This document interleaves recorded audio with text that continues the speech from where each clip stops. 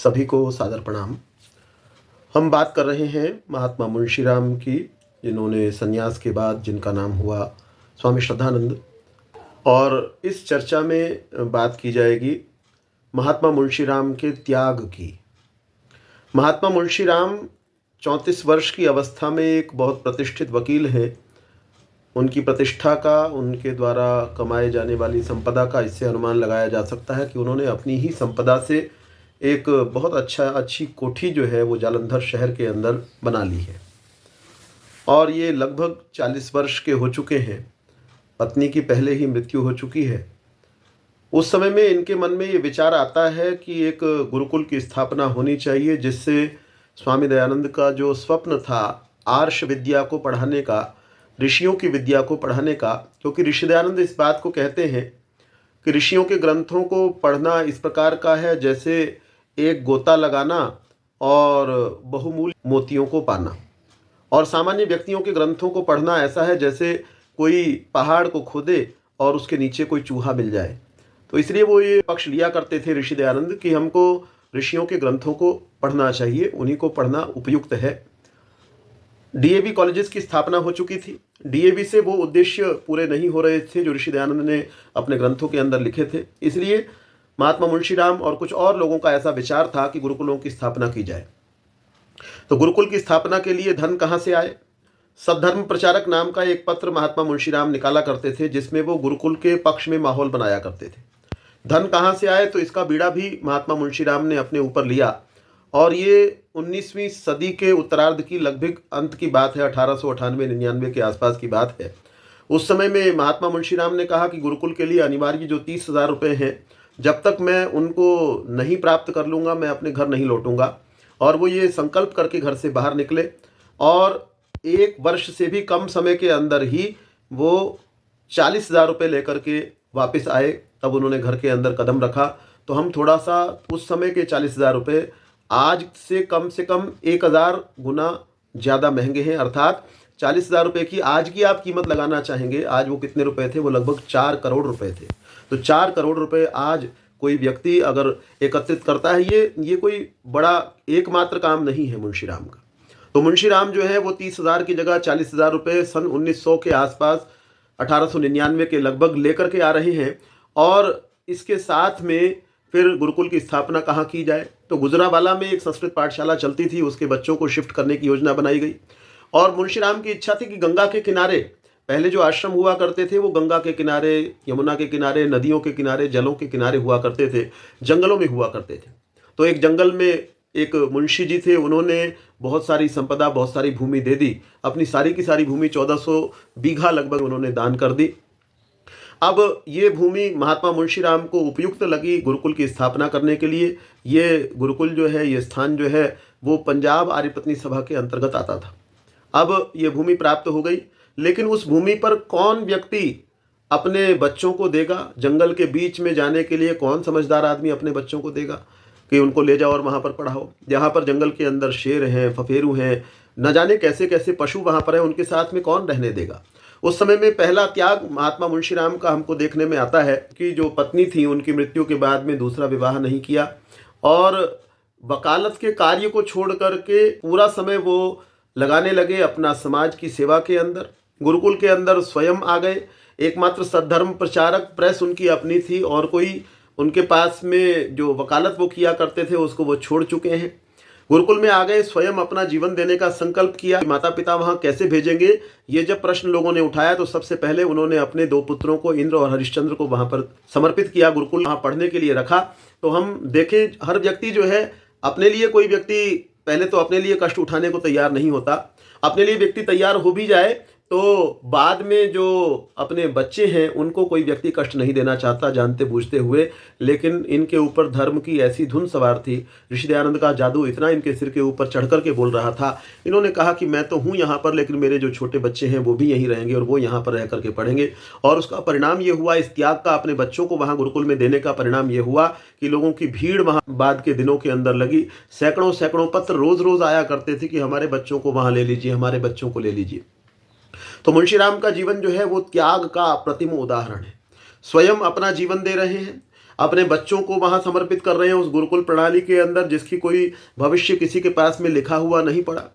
उनके पास में जालंधर में एक कोठी थी और उसका मूल्य उस समय में सन 1902-4-6 के आसपास में 20,000 रुपये का मूल्य था। और उनकी योजना ये थी कि 10,000 रुपये मेरे एक पुत्र को प्राप्त हो जाएं, 10,000 रुपये दूसरे पुत्र को प्राप्त हो जाएं। जब इसको बेचा जाए तो इससे ये अपना अपना जीवन का आगे कार्य कर लें पढ़ने के उपरांत। लेकिन लोगों ने उंगली उठानी आरंभ की। आप अपने बच्चों के लिए तो आपने बड़ी योजना बना रखी है, इनको तो संस्कृत पढ़ा करके और आप 10-10 हज़ार रुपये कोठी बेच करके दे देंगे और इनका आजीविका का कुछ कार्य ये आरंभ कर लेंगे, कोई प्रेस चला लेगा, कोई लेखन कार्य में लग जाएगा, उसकी पुस्तकें छप जाएंगी, उनके सब काम हो जाएंगे। लेकिन जो दूसरे बच्चे यहाँ पर आ रहे हैं उनको क्या भिखारी बना करके आप छोड़ देंगे?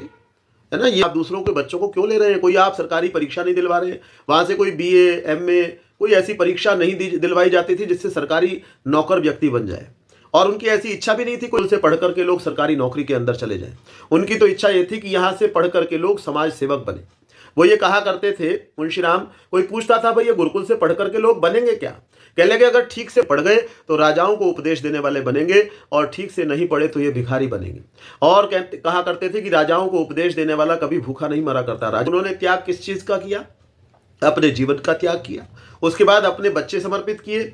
उसके बाद जब लोगों ने उंगली उठाना शुरू किया कि आपके पास तो संपदा है, आपके पास तो एक अच्छी भली कोठी है, और उनके पिता की जो संपत्ति थी वो सारी, उनमें से कुछ भी हिस्सा उन्होंने स्वयं स्वीकार नहीं किया, अपने भाइयों को और भी जो घर परिवार के लोग थे उनको समर्पित कर दी।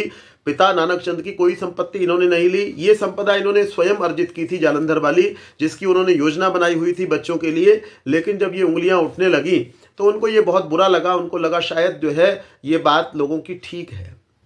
और एक दिन इंद्र विद्या वाचस्पति जो उनके पुत्र हैं और मेरे पिता नाम की पुस्तक में वो लिखते हैं, एक दिन सुबह हमें आकर के एक सेवक ने बताया कि आपको बुलाया गया है स्वामी जी के द्वारा और वहाँ आपको पहुँचना है। सुबह का समय था, 4 बजे के आसपास का समय था। हम लोग वहाँ गए तो पिताजी हाथ को पीछे बांधे हुए टहल रहे थे। इंद्र विद्या वाचस्पति लिखते हैं कि पिताजी तब ऐसे इस मुद्रा में टहला करते थे जब वो किसी परेशानी में होते थे और उनको देख करके लगता था शायद वो सारी रात सोए नहीं। उन्होंने कहा कि इंद्र और हरिश्चंद्र, हम दोनों को कहा कि ये पत्र यहाँ पर रखा हुआ है, इसके ऊपर अपने साइन कर दो। अगर तुम इससे सहमत हो तो, सहमत नहीं हो तो इस पर अपनी असहमति तुम जता सकते हो, तुम स्वतंत्र हो। हम छोटे थे, हमने उसको पढ़ा। उसमें जो लिखा हुआ था उसका अभिप्राय ये था कि मैंने अपने गुरुकुल को, इस गुरुकुल को पंजाब सभा के द्वारा चलाए जा रहे और मेरे द्वारा इसमें जो सहयोग किया जा रहा है, इस गुरुकुल को मैंने, ऐसा लगता था मैंने अपना सब कुछ दिया है, मैंने अपना समय दिया है, मैंने अपना और सब कुछ दिया है। लेकिन मुझे अभी लगता है कि मेरा कुछ ममत्व भाव मेरी किसी संपदा के साथ में जुड़ा हुआ है। इसलिए इस दान पत्र के द्वारा जालंधर के अंदर मेरे पास जो मकान है, जिसकी वर्तमान कीमत लगभग 20,000 रुपये है, उसको मैं इस पत्र के द्वारा पंजाब आर्य पत्नी सभा को सौंपता हूँ और गुरुकुल के उत्थान के लिए कुछ भी काम करें, ऐसी मेरी इच्छा है।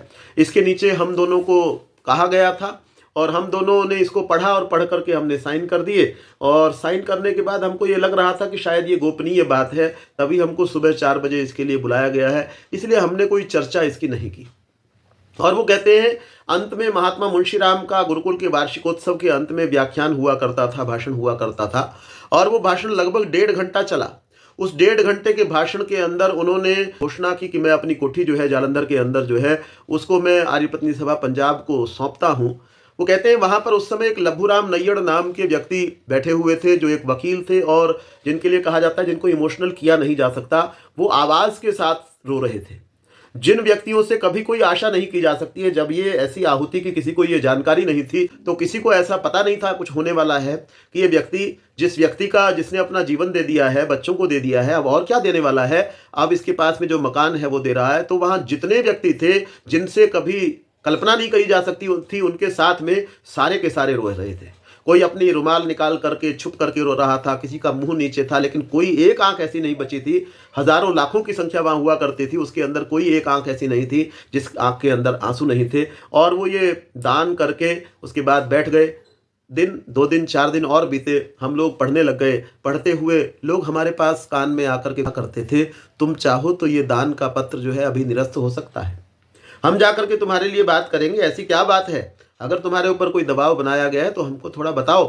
और हमने जब हमारी ओर से उनको कोई सकारात्मक ऐसी बात नहीं लगी कि हम तुम्हारी बात का समर्थन करते हैं और हमको वो मकान चाहिए, तब उन्होंने यही विचार किया, सब लोगों ने जो हमको आकर के सुझाव दिया करते थे कि हम तो जानते हैं ये गुरुकुल के पढ़ने वाले जो बच्चे हैं अनाड़ी हुआ करते हैं, मूर्ख होते हैं, इनको अपने लिए क्या अच्छा है क्या बुरा है इनको इस चीज़ की समझ नहीं होती है। तो ये विचार उन्होंने बनाया। तो ये महात्मा मुंशीराम का जीवन है जो त्याग से परिपूर्ण है। आप कल्पना करें 20,000 रुपये जो उस समय में थे, आज से 125 साल पहले, आज उसकी कीमत कम से कम 1000 गुना अधिक है। तो करोड़ों रुपए का जो एक मकान था, आज भी करोड़ों के छोटे छोटे मकान होते हैं, वो तो बड़ी हवेली थी। महात्मा मुंशीराम ने अपना जीवन उनको कम लगा और अपने बच्चों का जीवन उनको कम लगा, जो कुछ उनके पास में था वो सारा उन्होंने राष्ट्र के हित, गुरुकुल के हित दिया। तो कितना बड़ा उन्होंने त्याग किया और उसके बाद जीवन भी उनका इसी कार्य के लिए गया, इस पर चर्चा पहले की जा चुकी है। तो हम सभी ज़्यादा से ज़्यादा त्याग करने वाले बने।